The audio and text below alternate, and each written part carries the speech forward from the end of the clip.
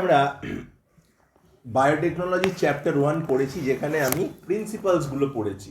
Principles like processes কী কী করা হচ্ছে, কাদের কাদের involve করা হচ্ছে, মানে ক্লোনিং ভেক্টরের কথা পড়েছি। ক্লোনিং ভেক্টরের মধ্যে কোনো একটা ডিএনএ ইনসার্ট ঢোকানো হচ্ছে, যে ক্লোনিং ভেক্টরটা নিজেকে ক্লোন করছে।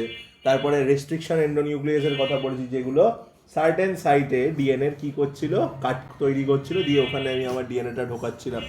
পিসিআর এর কথা পড়েছি, যেখানে আর্টিফিশিয়ালি আমি ডিএনএ রেপ্লিকেট করে প্রচুর ডিএনএ বানাতে পারবো। বায়ো ট্যাঙ্ক রিঅ্যাক্টরগুলোর কথা পড়েছি, যেখানে ইন্ডাস্ট্রিয়াল প্রোডাকশন করতে পারবো। এগুলো সব পড়েছি। এবার সেইগুলোর অ্যাপ্লাই কোথায় করা হচ্ছে সেটা আজকে পড়বো। এটা হচ্ছে বায়োটেকনোলজি, এই জায়গাটা থেকে তোদের ভালোবাসাটা জন্মাবে। ঠিক আছে? সবার প্রথম আসপেক্ট হচ্ছে ইনসুলিন প্রোডাকশন। ইনসুলিন একটা এমন হরমোন, আমরা জানি আমাদের বডিতে গ্লুকোজকে গ্লাইকোজেনে কনভার্ট করতে এবং আমাদের ব্লাড সুগার লেভেলটাকে কন্ট্রোলে রাখতে হেল্প করে হচ্ছে ইনসুলিন। ঠিক আছে? এবার এই ইনসুলিন হরমোনটা 3টে প্রোটিনের চেন দিয়ে তৈরি।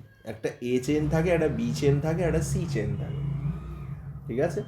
এখানে এ আর বি চেনটা সি চেন দিয়ে এরমভাবে বন্ড করা থাকে।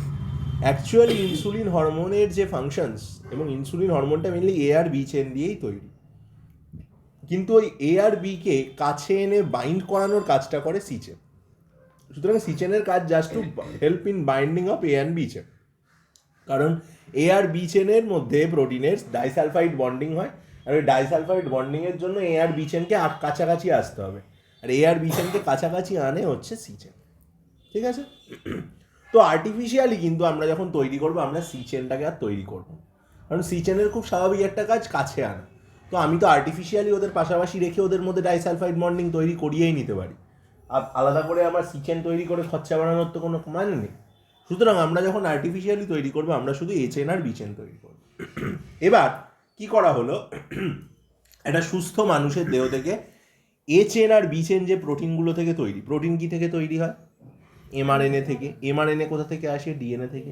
তাহলে এ চেন আর বি চেনের জন্য ওই দুজনের আসপেক্টে বা ওই দুজনের পার্সপেক্টিভে যে দুটো ডিএনএ আছে, সেই দুটো ডিএনএকে কালেক্ট করা হলো। ধরে নিলাম এ চেন তৈরি হচ্ছে আলফা ডিএনএ থেকে, আর বি চেন তৈরি হচ্ছে বিটা ডিএনএ থেকে। ঠিক আছে? এই দুটো ডিএনএকে দুটো আলাদা আলাদা ক্লোনিং ভেক্টরের সাথে আমি ফিউজ করি দিলাম। ঠিক আছে? দুটোই ধর প্লাজমিড।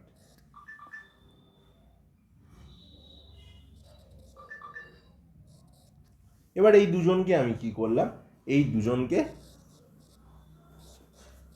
কোথায়? হোস্টের মধ্যে ঢুকিয়ে। এবার হোস্টের মধ্যে যখন এদের দুজনকে আমি ঢুকিয়ে দিচ্ছি, তখন এগুলো নিজেদের মাল্টিপল কপিস তৈরি করবে, অনেকগুলো তৈরি করবে। তো এই জিনিসটাকে যদি আমি এখানে ইনসার্ট করি, তাহলে এই সেলটা যত ডিভাইড করবে, একই প্রসেস আগে যেগুলো পড়ে এসেছি, এই সেলটা যতবার ডিভাইড করবে, তাহলে প্রত্যেকের কাছে এই এই এ আর আলফা আর বিটা ডিএনএটা তৈরি হতে থাকবে। এবার ধর আমি 100টা বা 200টা বা 2000 বার এই প্রসেসটা করালাম। এবার 2000টা যে সেল তৈরি হলো নতুন এরকম, সেই 2000টা সেলের মধ্যে 2000টা ক্লোনিং ভেক্টর আছে। সেই 2000টা ক্লোনিং ভেক্টরের মধ্যে আমার 2000টা আলফা চেন এবং 2000টা বিটা চেন কিন্তু অলরেডি তৈরি হয়ে গেছে ডিএনএ। তখন আমি কি করছি, আমি জেল ইলেকট্রোফোরেসিস করে আলফা চেনগুলোকে একদিকে, বিটা চেনগুলোকে একদিকে আলাদা করছি। ঠিক আছে? তারপরে এই আলফা চেন থেকে আমি ডিএনএ এমআরএনএ প্রোটিন তৈরি করে এডিএনএ তৈরি করছি, মানে এ চেন তৈরি করছি, আর বিটা থেকে তৈরি করছি বি চেন। তারপরে আর্টিফিশিয়াল এদের দুজনকে কাছাকাছি আনা হচ্ছে এবং তাদের মধ্যে ডাইসালফাইড বন্ডিং তৈরি হচ্ছে, এবং তৈরি হয়ে গেল আমার আর্টিফিশিয়াল ইনসুলিন হরমোন। বুঝাতে পারলাম কি করলাম? সবার প্রথমে এ আর বি চেন দিয়ে মেনলি যখন স্ট্রাকচারটা তৈরি হয়েছে, এ আর বি চেন যে দুটো ডিএনএ থেকে তৈরি হয়েছিল, সেই দুটো ডিএনএকে জাস্ট কালেক্ট করা হলো, দুটো ডিএনএকে ক্লোনিং ভেক্টরের মধ্যে পুশ করা হলো, ক্লোনিং ভেক্টরগুলোকে হোস্টের মধ্যে পুশ করা হলো। হোস্ট যখন নিজের কপি তৈরি হলো, প্রত্যেকটা হোস্টের কাছে একটা করে ইন্ডিভিজুয়াল ক্লোনিং ভেক্টর গেল। ইন্ডিভিজুয়াল ক্লোনিং ভেক্টরগুলো নিজের মধ্যে একটা করে আর এ চেন, আর একজন আরেকটা করে বি চেন তৈরি করলো। এ চেন বি চেনগুলোকে জেল ইলেকট্রোফোরেসিস করে আলাদা করলাম। এ চেন বি চেনগুলোকে কাছাকাছি আনলাম, ইনসুলিন হরমোন তৈরি হলো। প্রথম এইভাবে যে ইনসুলিনটা তৈরি হয়েছিল সেটাকে হিউমিউলিন বলা হয়েছিল। ঠিক আছে? যেটাকে কি বোভাইন সিরাম অ্যালবুমিন এর মধ্যে যেটাকে গ্রো করানো হয়েছিল। বোভাইন সিরাম মানে হচ্ছে গরুর বডি থেকে কালেক্ট করা সিরামের মধ্যে একে গ্রো করা হয়েছিল। আচ্ছা যাই হোক, এটা একটা অ্যাসপেক্ট গেল ইনসুলিন প্রোডাকশনে। এখন আরও ফার্দার অনেক কোম্পানি নিজস্ব ইনসুলিন প্রোডাকশন মেশিনারি তৈরি করেছে, এক একজন এক এক রকম হোস্ট সেল ইউজ করে যার কাছে। হিউমিউলিন প্রথম তৈরি ইনসুলিনের নাম, ঠিক আছে, নাম দেওয়া হয়েছিল হিউমিউলিন, ঠিক আছে। তারপরে হচ্ছে এখন প্রত্যেকটা কোম্পানির কাছে, র্যানভ্যাক্সির আছে, ম্যানকাইন্ডের আছে, সবার নিজস্ব, সিপ্লার আছে, সবার নিজস্ব ইনসুলিন প্রোডাকশন আছে। সবার প্রথম মনে হয় যতদূর আমার মনে পড়ছে র্যানভ্যাক্সি তৈরি করেছিল, এক্স্যাক্ট আমি বলতে পারবো না এখন। আচ্ছা, এরপরে হচ্ছে মনোক্লোনাল অ্যান্টিবডিজ। মনোক্লোনাল অ্যান্টিবডিজ আরও ইন্টারেস্টিং একটা জিনিস, ভীষণ ইন্টারেস্টিং। আমরা দেখেছি যে যখন কোনো মানুষকে সাপে কামড়ায় তাকে অ্যান্টিভেনাম দেওয়া হয়।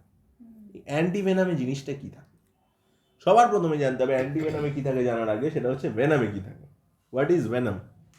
Venom is nothing but a protein that your body is not aware of,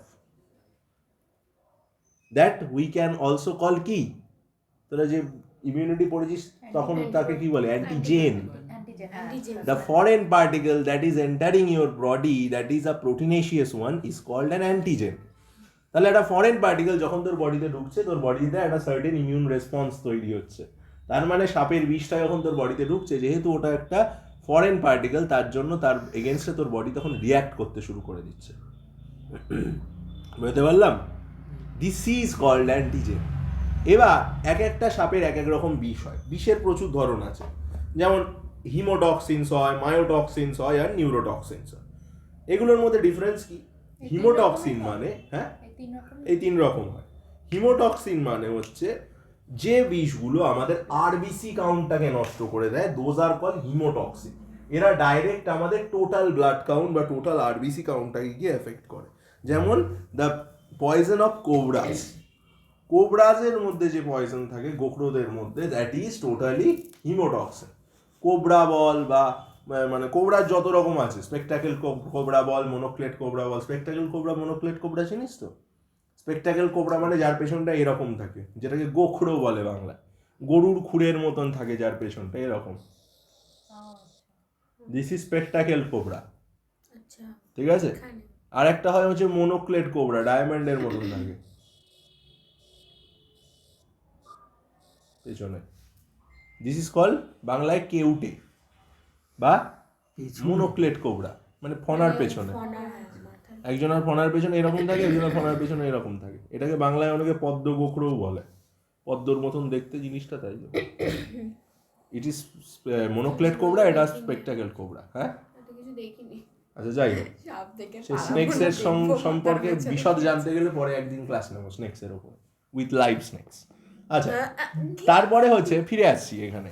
তো এইটা গেল হচ্ছে হিমোটক্সিনস। এবার হয়েছে মায়োটক্সিন। ভাইপার কাইন্ড অফ স্পিসিসে সবসময় মায়োটক্সিন থাকে। মায়োটক্সিনের কাজ কি? তোর মাসেলসে ল্যাকটিন মায়োসিন ফিলামেন্টগুলোকে ছিঁড়ে দেয়, যেটা হচ্ছে সব থেকে বেদনাদায়ক যত রকম বিষ আছে তার মধ্যে, ঠিক আছে। তোর মাসেল রাপচার করতে থাকে, অ্যাক্টিন মায়োসিন ফিলামেন্ট এরকমভাবে বন্ড করে মাসেল তৈরি করে, তো অ্যাক্টিন মায়োসিন ফিলামেন্টগুলো ছিঁড়তে থাকে কন্টিনিউয়াসলি এই পয়জনের প্রেজেন্সে, যার জন্য এই টাইপ অফ স্নেকস কামড়ালে মানুষ ব্যথাতেই মরে যায়, হার্ট অ্যাটাক করে, চরম ব্যথা, মাসেল রাপচার হচ্ছে, বিশাল ব্যথা, ঠিক আছে। আর একটা হচ্ছে কি নিউরোটক্সিন। নিউরোটক্সিন কাদের ক্ষেত্রে দেখা যায়? নিউরোটক্সিন দেখা যায় হচ্ছে যারা সি স্নেকসের ক্ষেত্রে দেখা যায়, তারপরে ইনল্যান্ড টাইপেনের ক্ষেত্রে দেখা যায়, এই সাপগুলোর ক্ষেত্রে দেখা যায় হচ্ছে নিউরোটক্সিন।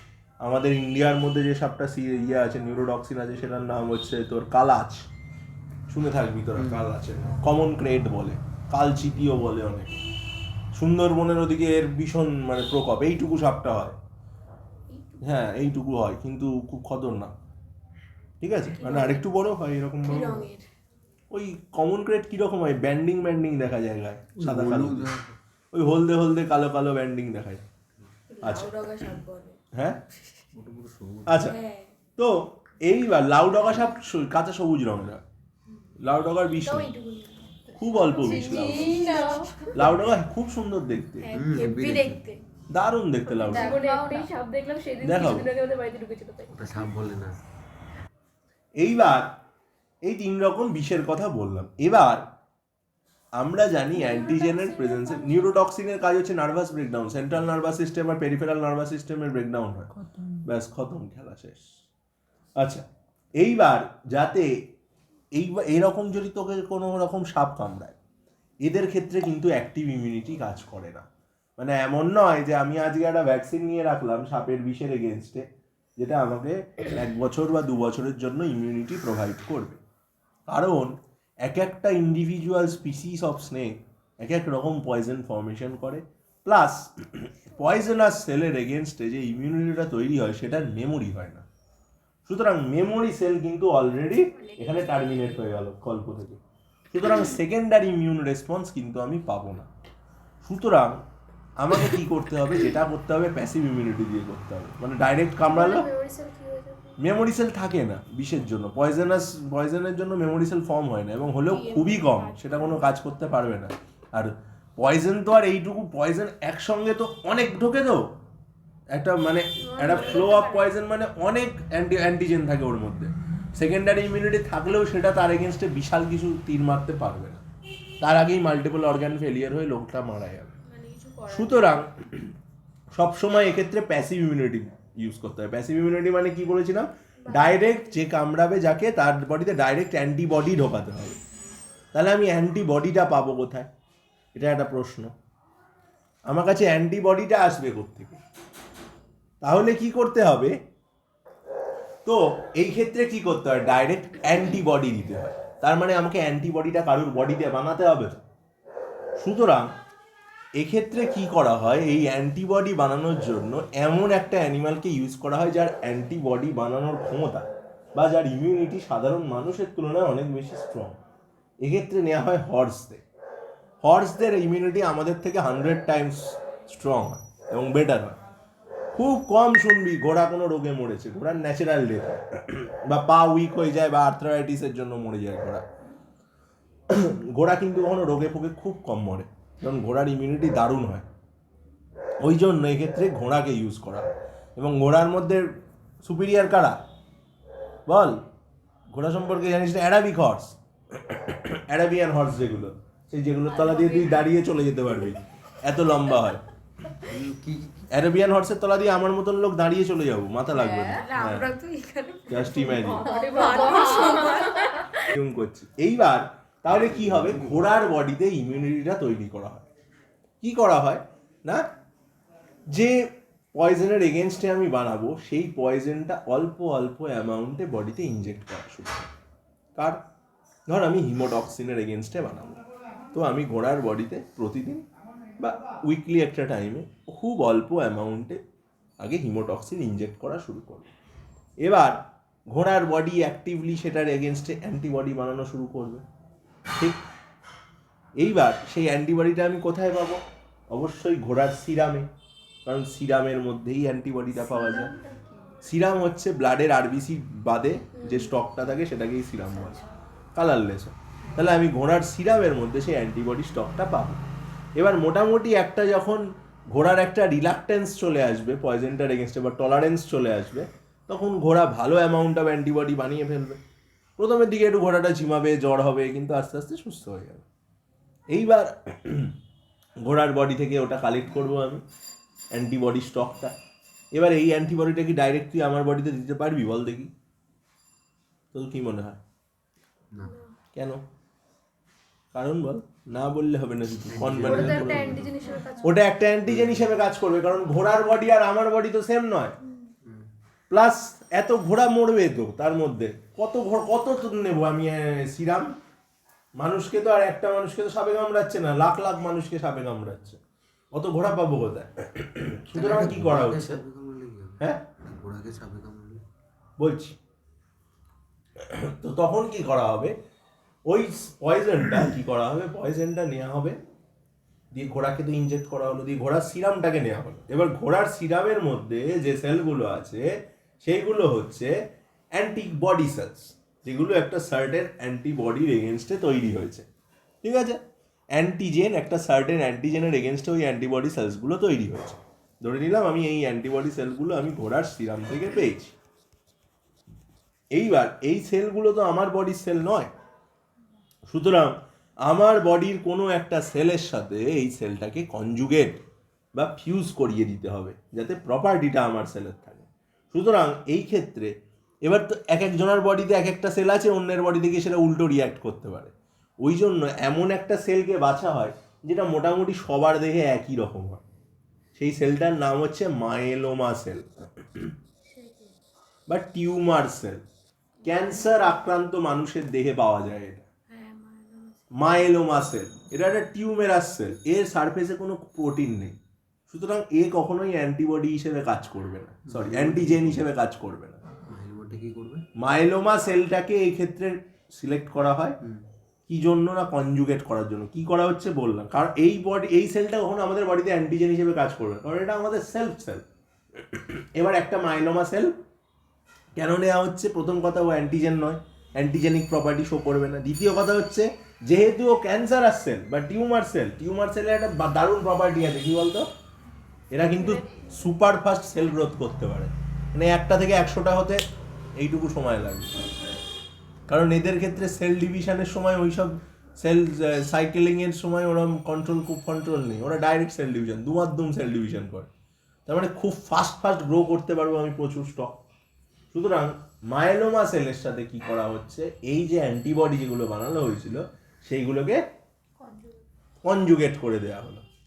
তার ফলে যে সেলটা তৈরি হলো সেই সেলটার নাম হবে, এই দুজনকে কনজুগেট করলে যে সেলটা তৈরি হচ্ছে সেই সেলটার নাম হবে হাইব্রিডোমা সেল।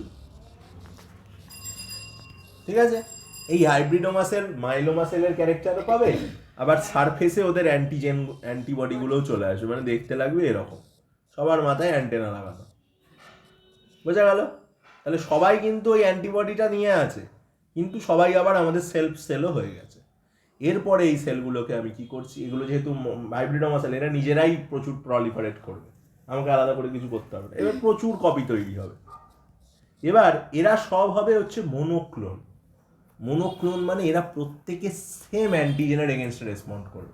এমন নয় যে এর এগেনস্টে ও তার এগেনস্টে সে তার এগেনস্টে, সবাই একটা পয়জনের এগেনস্টেই রেসপন্স করবে। তাই জন্য এদের বলা হয় একটা নির্দিষ্ট অ্যান্টিজেনের এগেনস্টে এরা monoclone. This are called monoclonal antibodies. এইভাবে মোনোক্লোনাল অ্যান্টিবডিজ বা অ্যান্টিভেনাম তৈরি করা হলো, এটাকে ইনজেকশনে পুড়ে মার্কেটে বিক্রি করা হয়। This is the production of monoclonal antibodies via biotechnology. যেখানে কি করা হচ্ছে, আগে ঘোড়াকে আর্টিফিশিয়ালি অল্প অ্যামাউন্ট অফ ডোসেজ দিয়ে তার বডিতে টলারেন্স গেইন করানো হচ্ছে, অ্যান্টিবডি স্টক কালেক্ট করা হচ্ছে, মাইলোমা সেলের সাথে ফিউজ করানো হচ্ছে, হাইব্রিডোমা সেলে কনভার্ট করা হচ্ছে, হাইব্রিডোমা সেলটাকে ডাইরেক্ট কি করা হচ্ছে, প্রলিফারেট করানো হচ্ছে এবং ইনজেক্ট করা হচ্ছে। This is the process. বোঝা গেল? ঘোড়াকে যদি ডাইরেক্ট সাপে কামড়ায়, this will be a tricky scenario. কোন ধরনের সাপ এবং কতটা বিষ দিয়ে কামড়েছে সেটার উপর নির্ভর করছে। ঘোড়ার বডিতে রিলাক্ট্যান্স তৈরি করা হচ্ছে, এই রিলাক্ট্যান্সটা তো আর একসঙ্গে হস করে অনেকটা বিষ দিয়ে করা হচ্ছে না, অল্প করে ওর মধ্যে, এটা তোর মধ্যেও করা যেতে পারে, কিন্তু একসাথে অনেকটা বিষ কি তার বডি মেনে নিতে পারবে? এবার সেটা নির্ভর করছে সেই ঘোড়াটার ইমিউনিটি কতটা স্ট্রং তার উপর। যদি সেই ঘোড়াটার ইমিউনিটি এনাফ স্ট্রং হয় যে অতটা বিষ একসাথে নিয়ে নিতে পারছে, তাহলে কিছু হবে না, যেটা সাধারণত খুব রেয়ার। আর বেশিরভাগ ক্ষেত্রেই ঘোড়াটা মরে যাবে, কারণ একসাথে অতটা বিষ। অবশ্যই এক একটা স্নেকের জন্য এক এক রকম অ্যান্টিবডি হলে গ্রুপ অফ স্নেকস, হিমোটক্সিন যাদের সবার সব সেম। ওই জন্যেই স্নেক কামড়ালে বলে ছবি বা সাপটা লাগবেই লাগবে।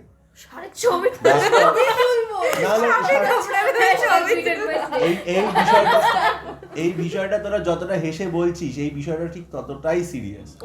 যদি তুই ডাক্তারের কাছে গিয়ে না বলতে পারিস তোকে কি সাপ কামড়েছে, তোর ওখানেই তোর ডেথ এর চান্স 40% বেড়ে গেল, খেলা চেঞ্জ হয়ে গেল হঠাৎ।